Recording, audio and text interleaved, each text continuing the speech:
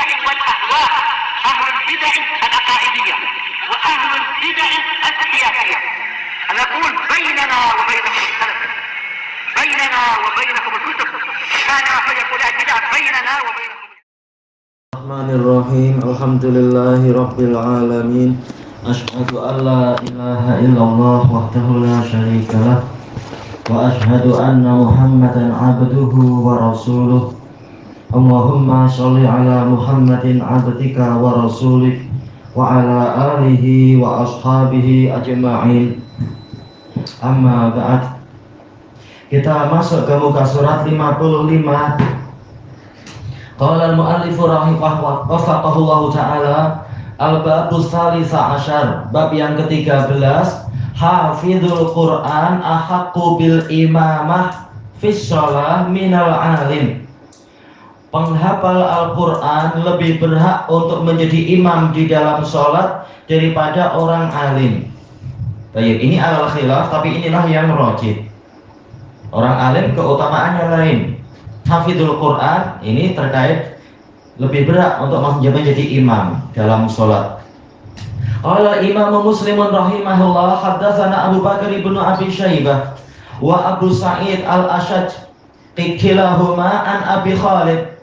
Qala Abu Bakar haddatsana Abu Khalid al-Ahmar anil A'mash an Ismail bin Raja an Aus ibn Dam'aj an Abi Mas'udin al-Ansari radhiyallahu anhu qala Rasulullah sallallahu alaihi wasallam ya ummul qauma aqra'uhum li kitabillah. Yang mengimami sekelompok orang adalah yang paling banyak bacaannya untuk kitabullah.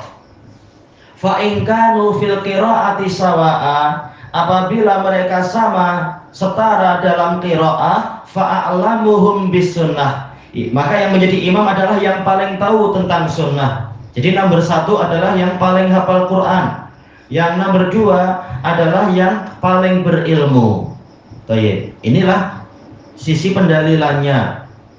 Jangan dikatakan oh boleh jadi yang tak hafal Quran lebih banyak membaca. Ini di luar dari kebiasaan. Biasanya orang hafal setelah dia membaca banyak dan seterusnya, sehingga dia lebih hafal daripada yang lain, kerjanya lebih keras.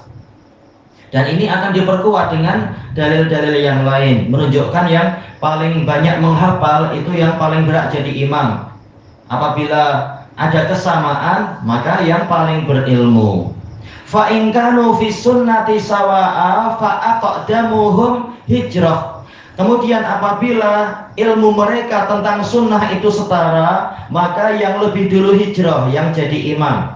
Fa in kanu fil hijrati sawa'a fa aqdamuhum silma. Apabila dalam hijrah sama, maka yang lebih dulu masuk Islam, yang berat jadi imam. Wala ya'ummanna ar-rajulu rajula fi sultanih. Ini hukum khusus. Jangan sekali-kali seseorang itu mengimami orang lain di wilayah kekuasaannya.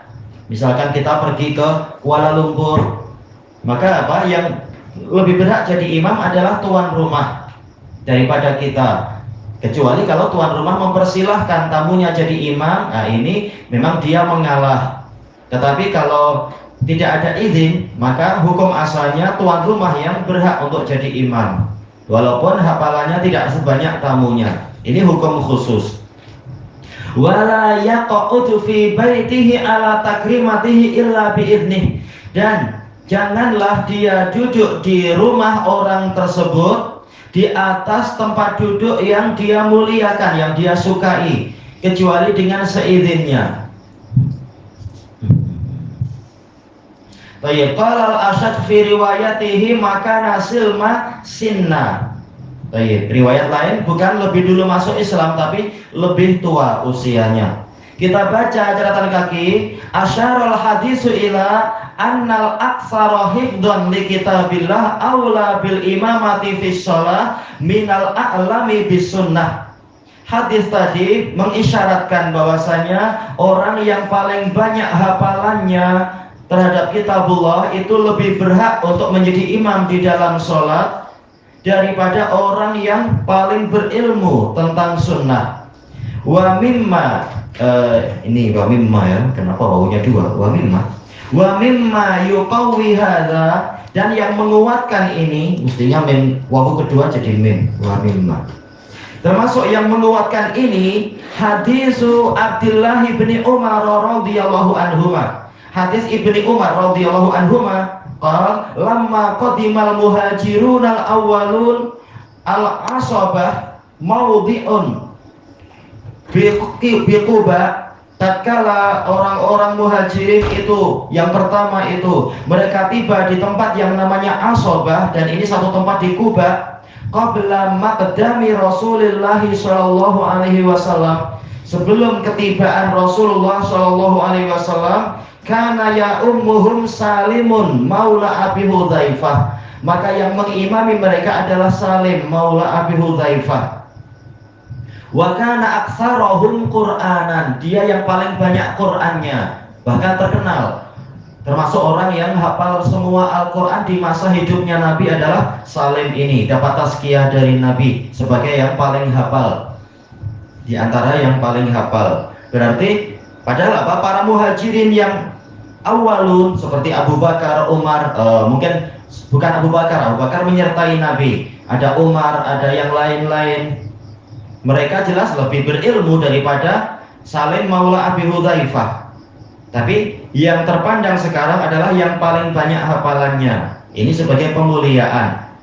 Diriwayatkan oleh Bukhari. Qala al-Hafidz Ibnu Hajar rahimahullah wa wajhud dalalati min, sisi pendalilan dari hadis ini ijma'u kibarus sahabatil quraisyin, kesepakatan kibarus sahabah, para sahabat besar dari kalangan Quraisyin, ala taqdimi Salimin alaihim, untuk mendahulukan Salim di atas mereka semua. Wa kana Salimunil madhkur, wa kana Salimunul madhkur maulam ra'atin minal ansar, sementara Salim yang disebutkan itu adalah bekas hamba sahaya dari wanita Ansor, atau hamba sahaya dari wanita Ansor. Fa'ataqat, lalu wanita ini memerdekakan Salim.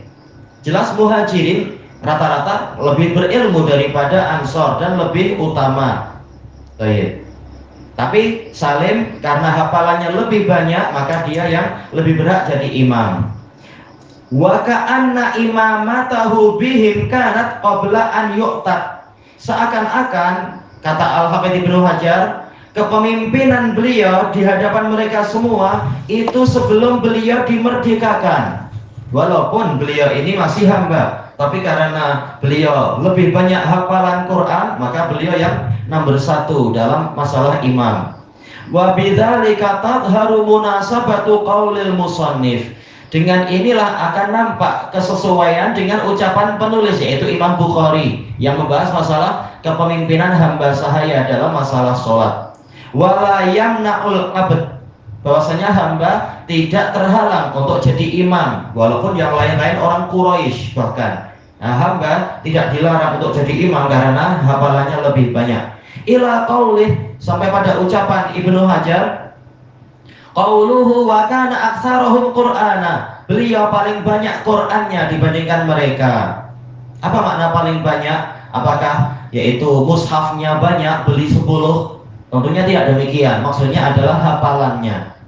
Isyaratun ila sababi taqdimihim lah, itu isyarat kepada sebab didahulukannya Salim oleh para sahabat muhajirin tadi, ma'akaunihim asrafa min, padahal para sahabat muhajirin tadi lebih mulia daripada Salim. Mereka orang merdeka dan mereka Quraisy, mereka juga muhajirun, jelas lebih utama daripada bekas hamba sahaya Ansor. Bahkan apa?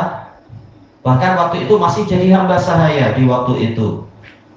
Wa fi riwayatin li Tabrani, dalam satu riwayat dari Tabrani, li'annahu kana aktsarahum Qur'ana, ada lamu taklil, terang-terangan Ibnu Umar menunjukkan sebabnya adalah ini, karena beliau adalah paling banyak Qur'annya di antara mereka. Selesai dari Fathul Bari. Wa qala al-Hafidz Ibnu Rajab rahimahullah, wa nassa Ahmadu ala annahu yuqaddamul aqra. Imam Ahmad menetapkan bahwasanya yang didahulukan adalah yang memang paling banyak hafalannya. idza kana ya'rifu ma yahtaju ilaihi shalah minal fiqih, apabila dia tahu apa yang diperlukan di dalam sholat berupa fikih, bukan hanya hafal tapi tak tahu syarat dan rukun sholat, tentunya tak layak. Tetap ilmu itu ada, walaupun tidak sebanyak para makmum. Dia tahu apa yang menyebabkan sholat itu cacat dan seterusnya. Wa kadzalika qala katsirun minal muhaqqiqin min ashabih. Demikian pula pendapat banyak dari para peneliti, dari para sahabat Imam Ahmad. Wa hakamu madhabahu ala hadzal wajh. Mereka menetapkan mazhab Imam Ahmad adalah bentuk yang berbentuk seperti ini. Dalam case ini, yaitu apa? Yang paling banyak hafalannya, paling berhak untuk jadi imam dalam sholat itu. Dalam sholat, selesai dari Fathul Bari karya Ibnu Rajab. Wa hadza huwa rajih li kasratil adillah. Inilah yang benar karena banyaknya dalil ad-dallati ala taqdimil aksari qur'ana, yang menunjukkan tentang didahulukannya orang yang paling banyak hafalan Qur'annya alal aksari ilman fil imamah, di atas orang yang lebih banyak ilmunya di dalam kepemimpinan sholat. Baik, sekarang ada kerumitan. Kenapa Rasulullah SAW menjadikan Abu Bakar sebagai imam, padahal yang ma'ruf paling banyak hafalan Qur'annya adalah Ubay bin Ka'ab dan yang lain-lain. Ya, sekarang ini yang jadi masalah. Amma taqdimun Nabi sallallahu alaihi wasallam Abu Bakar As-Siddiq radhiyallahu an.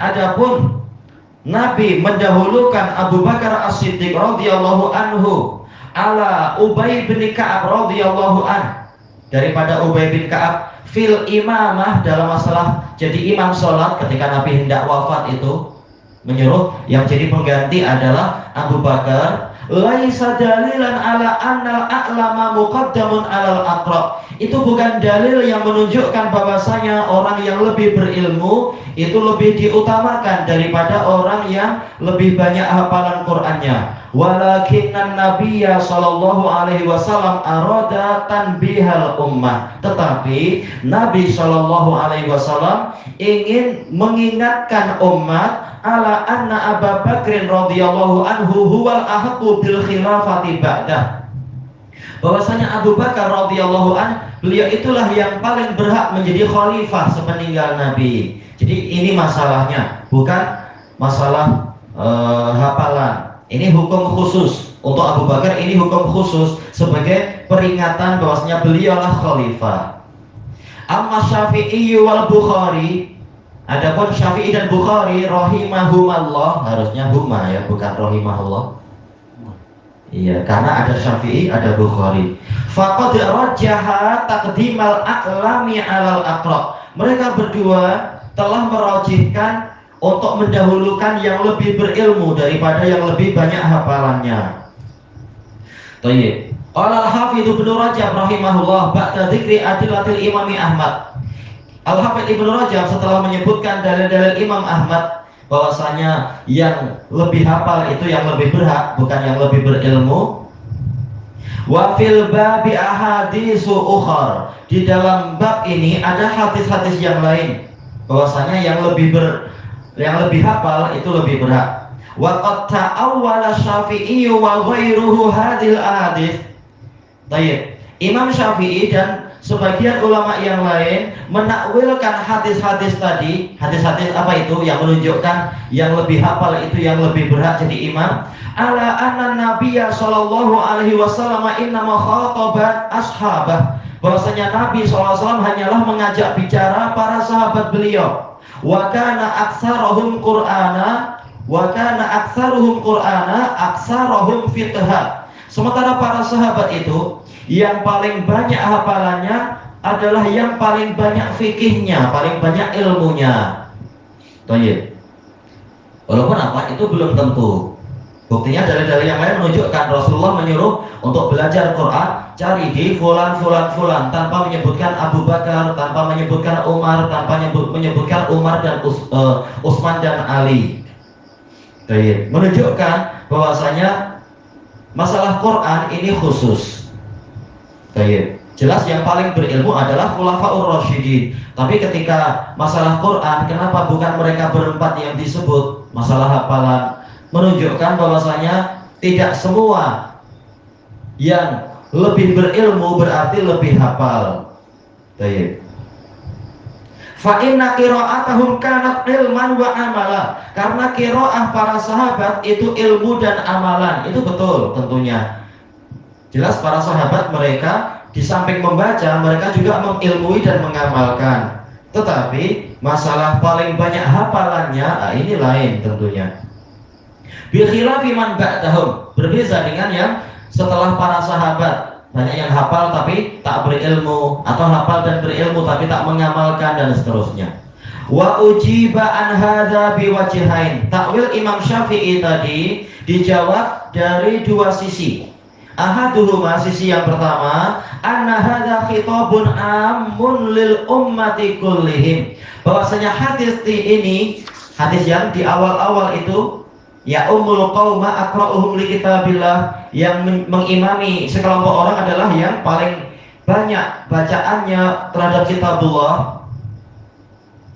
Ini untuk semua umat ini, bukan hanya sahabat. Fala yahtassu bis sahabah, bukan khusus untuk sahabat. Wasani, sisi pendalilan yang kedua, annahu farraqa bainal aqra'i wal a'lami bis sunnah. Hadis tadi sendiri, hadis Abi Mas'ud Al-Ansari telah memisahkan, Nabi telah membezakan antara aqra' dan a'lam. Berarti apa? Yang didahulukan yang aqra', setelahnya baru yang a'lam. Aqra' berarti apa? Yang paling hafal, bukan sekedar banyak baca. Dan biasanya yang paling banyak baca, dia justru yang paling hafal. Karena hafalannya itu setelah kerja keras dan bersungguh-sungguh untuk menghafal ayat baru dan juga untuk menjaga hafalan ayat yang lama, mereka lebih banyak membaca seringkali. Apalagi kita tahu orang-orang soleh, mereka itu semakin hafal Quran justru semakin rajin membaca. Satu hari mungkin 7 juz, satu hari 5 juz. Sementara yang bacaannya masih buruk, hafalannya buruk, biasanya menjaga 1 juz saja sudah bagus. Menunjukkan bahwasanya aqra' di sini bukan hanya paling banyak membaca, tapi sekaligus memang paling hafal, paling banyak hafalannya. Semakin hafal memang semakin rajin membaca. Karena kalau malas baca memang hafalan jadi melemah lagi. Nah, setelah itu level kedua baru yang paling banyak ilmunya. Wa qaddamal aqra'i alaih, kata Imam Ibnu Rajab, Nabi telah mendahulukan orang yang paling banyak membaca di atas orang yang paling banyak ilmunya. Wa ajabal Imamu Ahmad an taqdimin Nabi sallallahu alaihi wasallam Abu Bakrin ala Ubay bin Ka'ab wa ghairihi. Imam Ahmad yang berpendapat bahwasanya yang diutamakan yang paling banyak hafalannya, beliau menjawab tentang hadis bahwasanya Nabi mendahulukan Abu Bakar daripada Ubay dan lain-lain. Dengan apa itu? Jawabannya, bi annahu arada bidzalika tanbiha ala khilafatih. Nabi menginginkan dengan itu sebagai peringatan bahwasanya Abu Bakar adalah khalifah. Jadi tak terkait dengan masalah banyaknya hafalan atau tidak, tapi peringatan. Abu Bakar pemimpin kalian dalam sholat, ini sebagai peringatan, dialah yang paling berhak menjadi imam di dalam negara ini sepeninggal saya, yaitu sepeninggal Nabi. Falihadzal makna qaddamahu fi sholati 'alan nasi kullihim. Maka dengan makna inilah, untuk makna inilah Nabi mendahulukan Abu Bakar di dalam sholat di atas seluruh umat manusia. Wa qad mana'a ba'dhum ayyakuna Ubay bin Ka'ab aqra'a min Abi Bakar. Sebagian ulama mengatakan tak mungkin Ubay bin Ka'ab itu lebih banyak baca Quran daripada Abu Bakar. Ya, ini tentunya bukan masalah ini menghina itu atau ini kita menghina yang ini atau kita menghina yang itu. Tak, tapi kembalinya adalah pada bukti dan kembalinya pada dalil. Bukan karena kita ingin menghina Abu Bakar dan sebagainya, tapi dalil-dalil mengisyaratkan, menunjukkan bahwasanya memang Ubay bin Ka'ab masalah Quran beliau memang termasuk yang nomor 1. Li'anal murada bil aqra fil imamah al-aksara Qur'ana. Kata sebagian ulama, karena yang dimasukkan dengan aqra dalam keimamahan, kepemimpinan dalam sholat adalah yang paling banyak Qur'annya. Waqal, ulama tadi mengatakan karena Abu Bakrin yaqra'ul Qur'ana kullah. Abu Bakar membaca Quran semuanya. Ini tentunya perlu dalil yang seperti ini. Jelas kita yakin semua sahabat rajin, Abu Bakar juga rajin. Tapi masalahnya adalah perlu bukti untuk perkara yang seperti ini. Bukti bahwasanya ini lebih banyak daripada yang itu. Fala maziyata li Ubay bin Ka'ab alaihi fi dzalik. Maka Ubay bin Ka'ab tidak memiliki keistimewaan di atas Abu Bakar dalam masalah banyaknya Quran. Wamtaza Abu Bakrin bil ilmi wal fadl. Sementara Abu Bakar teristimewakan dengan ilmu dan keutamaan. Ini jelas. Adapun masalah hafalan, maka dalil-dalil yang lain telah menunjukkan yang ditazkiyah Nabi untuk mengurusi Quran adalah Ubay bin Ka'ab. Di antara beberapa sahabat yang lain. Selesai dari Fathul Bari. Ilahuna wallahu a'lam.